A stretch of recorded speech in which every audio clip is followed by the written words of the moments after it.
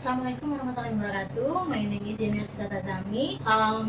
I have graduated from Gajah Mada University for diploma degree, and then for the bachelor degree, I have graduated from Padjadjaran University, and the last, I have graduated from Diponegoro University for master degree.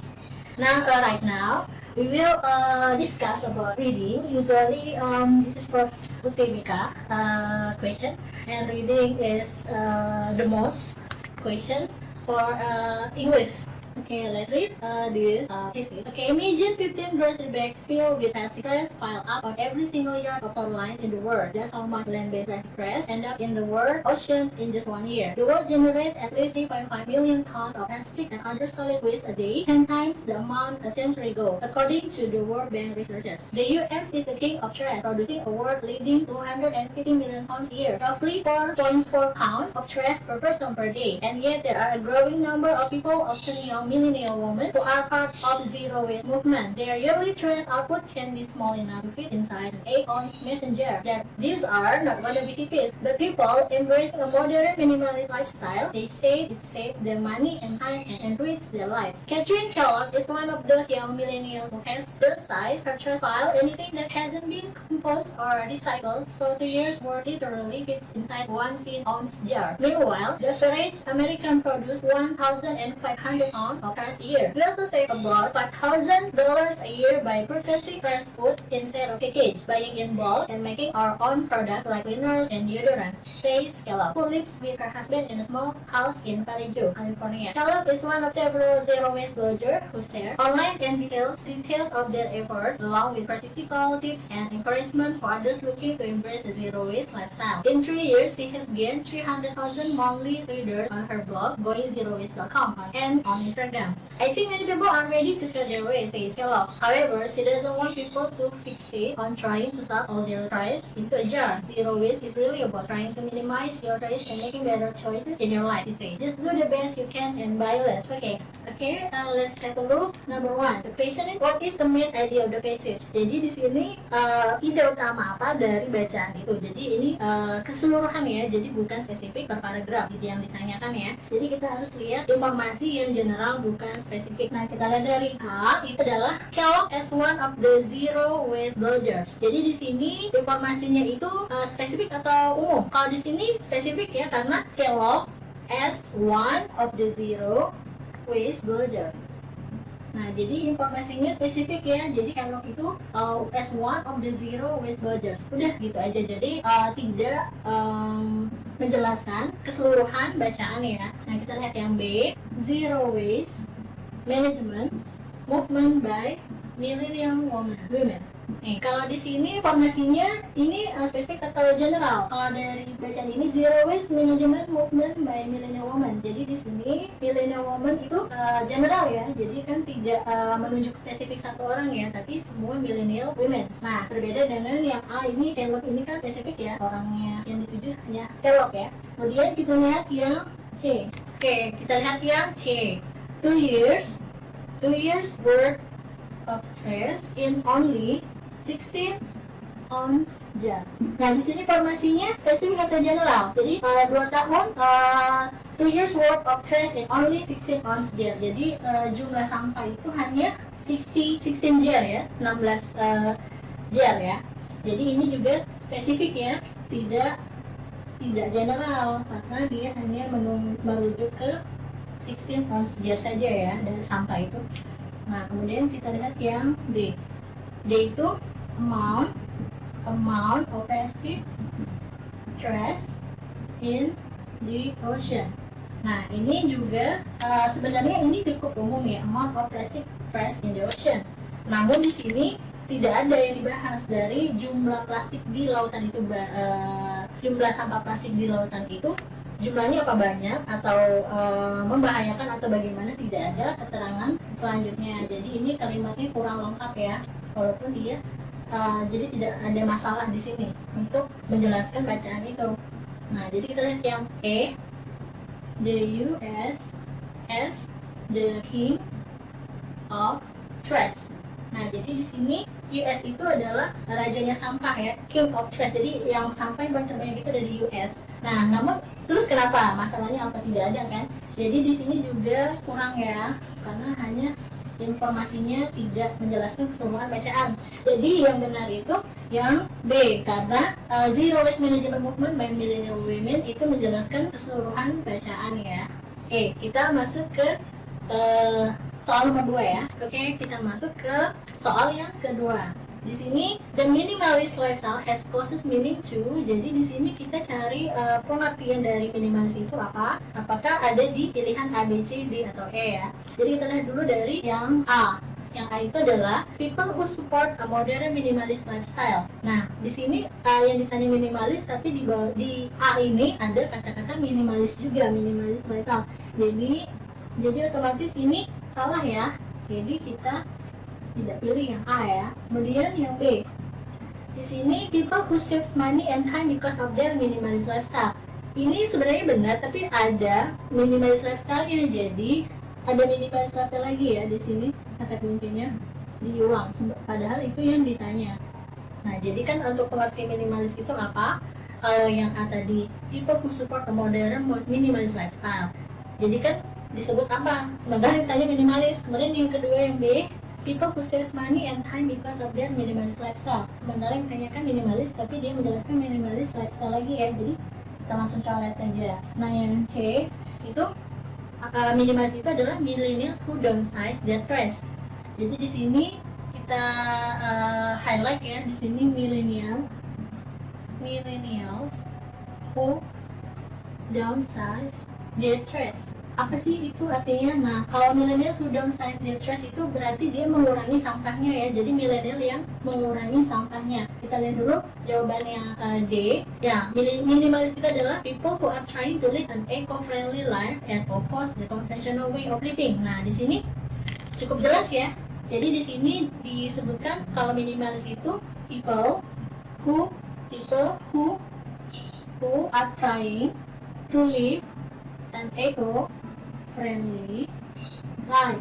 Jadi eco-friendly tahu ya, jadi seperti go green ya. Jadi eco-friendly, jadi benar-benar menjaga lingkungan ya dengan sampah itu. Jadi sebisa mungkin tidak menggunakan plastik seperti itu ya. Dan juga tidak yang semuanya yang lebih eco-friendly ya untuk yang digunakan untuk konsumsi seperti itu. Nah, jadi untuk hidupnya itu jadi lebih go green gitu ya. Nah, dan sementara yang ini none of the above. Ini tidak ada yang benar ya untuk dari ini. Jadi semuanya salah. Nah, kalau kita lihat minimalis, jadi yang menjelaskan yang mana? Kalau yang D ini kan sudah jelas ya, berarti yang D. Tapi kenapa enggak yang C? Karena kalau yang C ini mereka yang mengurangi sampah ya. Jadi sebenarnya itu dampak dari ini baru ke sini. Jadi yang benar itu yang D. Nah, kalau dampaknya itu baru millennials who downsize their trash, dari hidup eco-friendly, maka mereka mengurangi sampah otomatis ya, karena mereka tidak menggunakan plastik lagi. Nah, seperti itu ya untuk yang nomor 2. Oke, kita lanjut ke soal yang nomor 3. Oke, kita masuk ke soal yang ketiga. Nah, di sini what is the definition of trash pile according to the Act of Kellogg. Jadi di sini kita mencari definisi trash pile, tumpukan sampah itu dari menurut Kellogg ya. Jadi kita lihat dari bacaan. Nah, dan itu ada di paragraf yang keberapa coba ya. Jadi ada di paragraf ketiga ya. Jadi di kalimat yang ini, Catherine Kellogg is one of those young millennials who has downsized her trash pile. Nah, di sini langsung trash pile itu pengertiannya trash pile. Ini garis ya, anything that hasn't been compost or recycled. Nah, sampai garis ya. Jadi di sini sebenarnya ada definisi ya. Jadi kita harus jeli ya di paragraf ketiga. Jadi kan pertanyaannya what is the definition of trash pile according to the Act Kellogg. Nah, trash pile ya di sini ya. Nah, artinya apa? Anything that hasn't been compost or recycle. Jadi yang belum di recycle ya. Nah, kita lihat yang ada kata-kata recycle-nya yang mana? Yang B ya. Jadi ini langsung mudah ya, langsung bisa terdeteksi ya untuk pilihannya. Tapi kita lihat dulu yang A. Jadi di sini A itu accumulation of trash. Masih salah ya. Yang B, nah ini tadi kan udah ada accumulation of non recycle trash. Oke, Oke, yang C kita lihat satu ya, jump deep. Yang D, accumulation of this hard metal. Dan yang D, all of the above ya. Yang D, all of the above. Nggak mungkin ya karena kalau semuanya benar ya.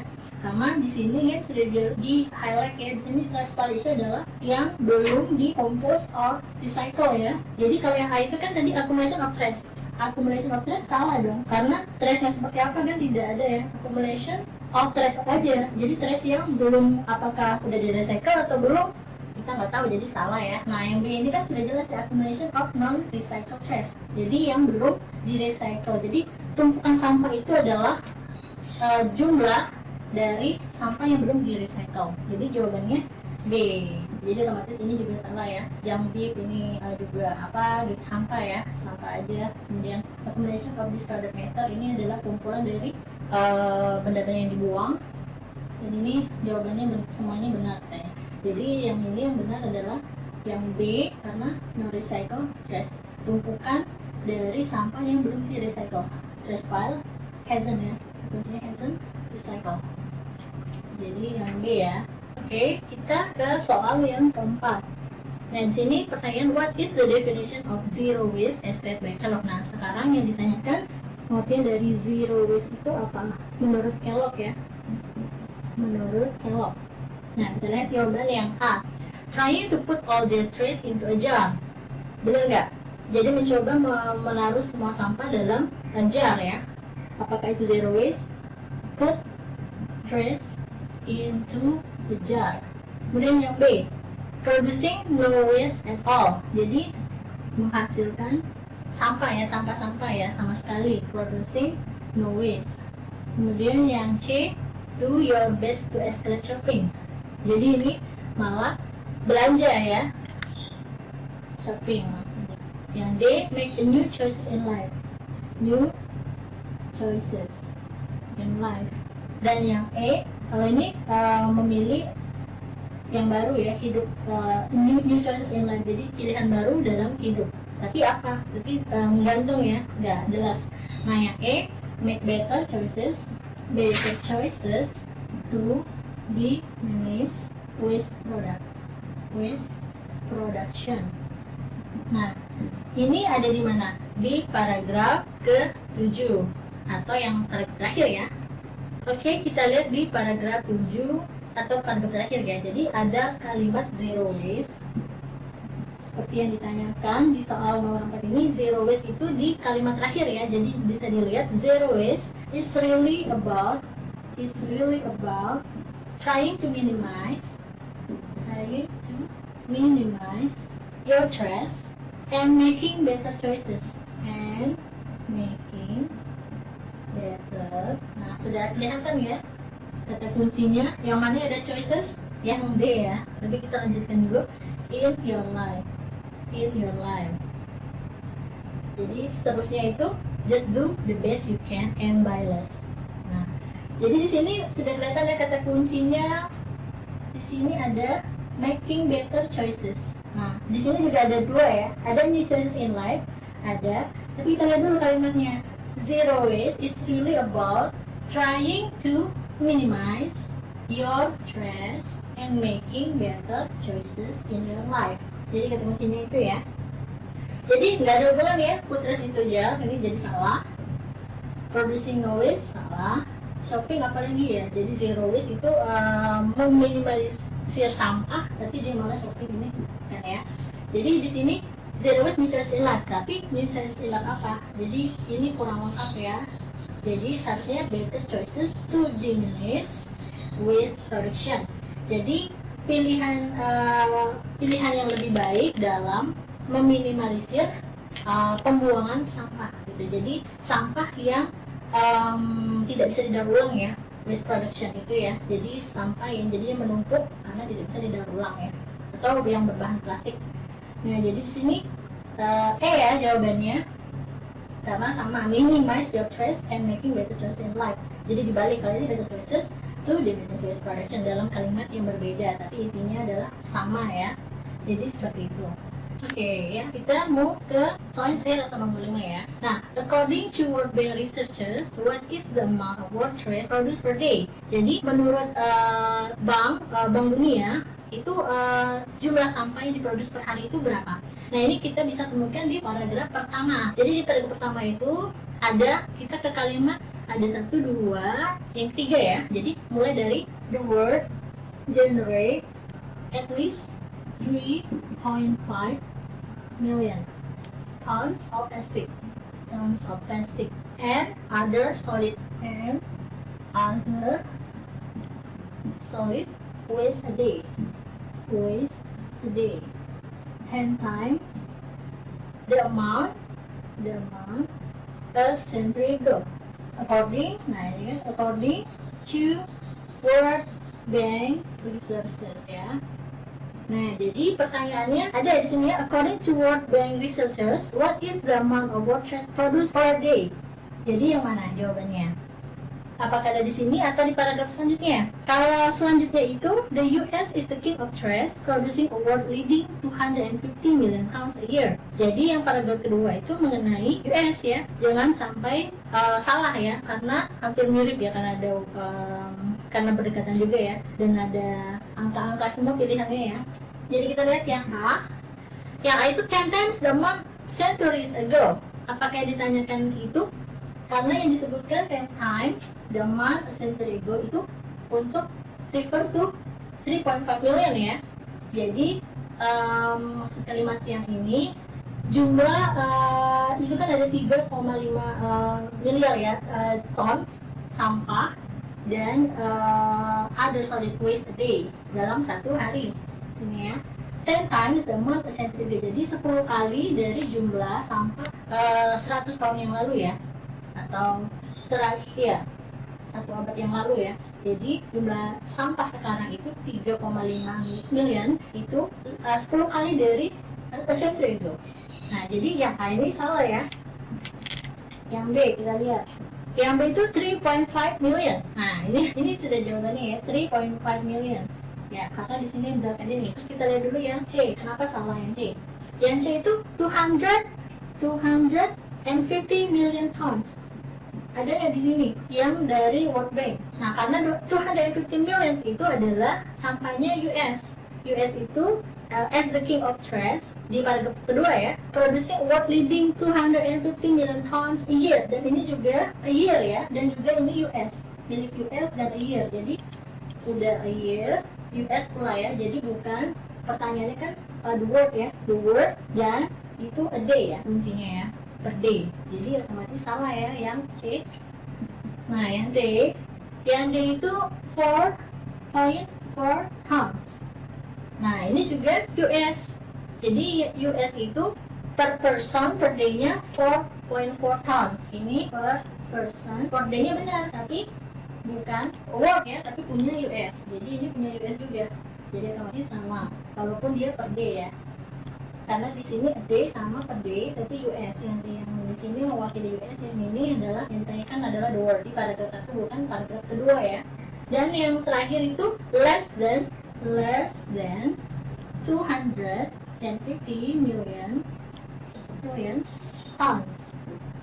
Jadi kurang dari 250 million tons ya. Nah, sementara 250 million tons itu adalah punya US dan itu per tahun, bukan per hari. Jadi ini kurang lagi ya, jadi less than.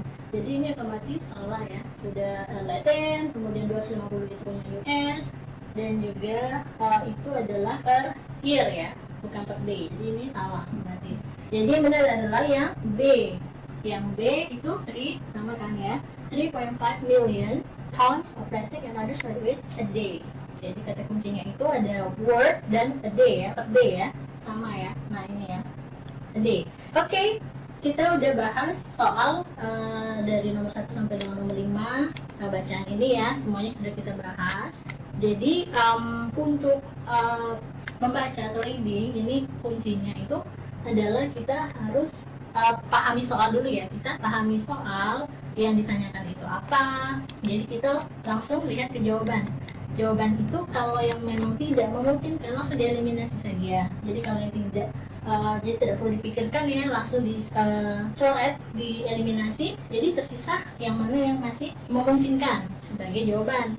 Nah setelah itu mungkin cross check lagi dia yang ditanyakan apa, harus jeli ya, jeli kita baca, kita lihat lagi benar nggak yang ditanyakan itu apa, harus teliti ya. Jadi kalau yang ditanyakan tadi the word dan per day ya kita harus teliti, jangan sampai terkecoh yang paragraf kedua itu juga tentang per year juga, per day juga, tapi itu US trash ya, bukan world trash, bukan sampah dunia tapi sampah US. Dan juga kita juga harus lihat apakah per tahun, apakah per hari, per day atau per year ya. Jadi memang harus benar-benar teliti, jangan sampai salah mengambil informasi ya, dan menjawabnya jadi salah juga, karena memang harus dibaca lagi di paragraf keberapa, kita cari jawabannya dan kita baca soalnya benar nggak di paragraf ini yang ada jawabannya, yang maksud dari pertanyaan itu ada di paragraf ini atau enggak. Nah, kalau sudah benar baru kita eliminasi jawaban yang memang tidak sesuai ya. Ya, jadi gitu aja untuk pembahasan soal reading kali ini. Terima kasih atas perhatiannya dan wassalamualaikum warahmatullahi wabarakatuh.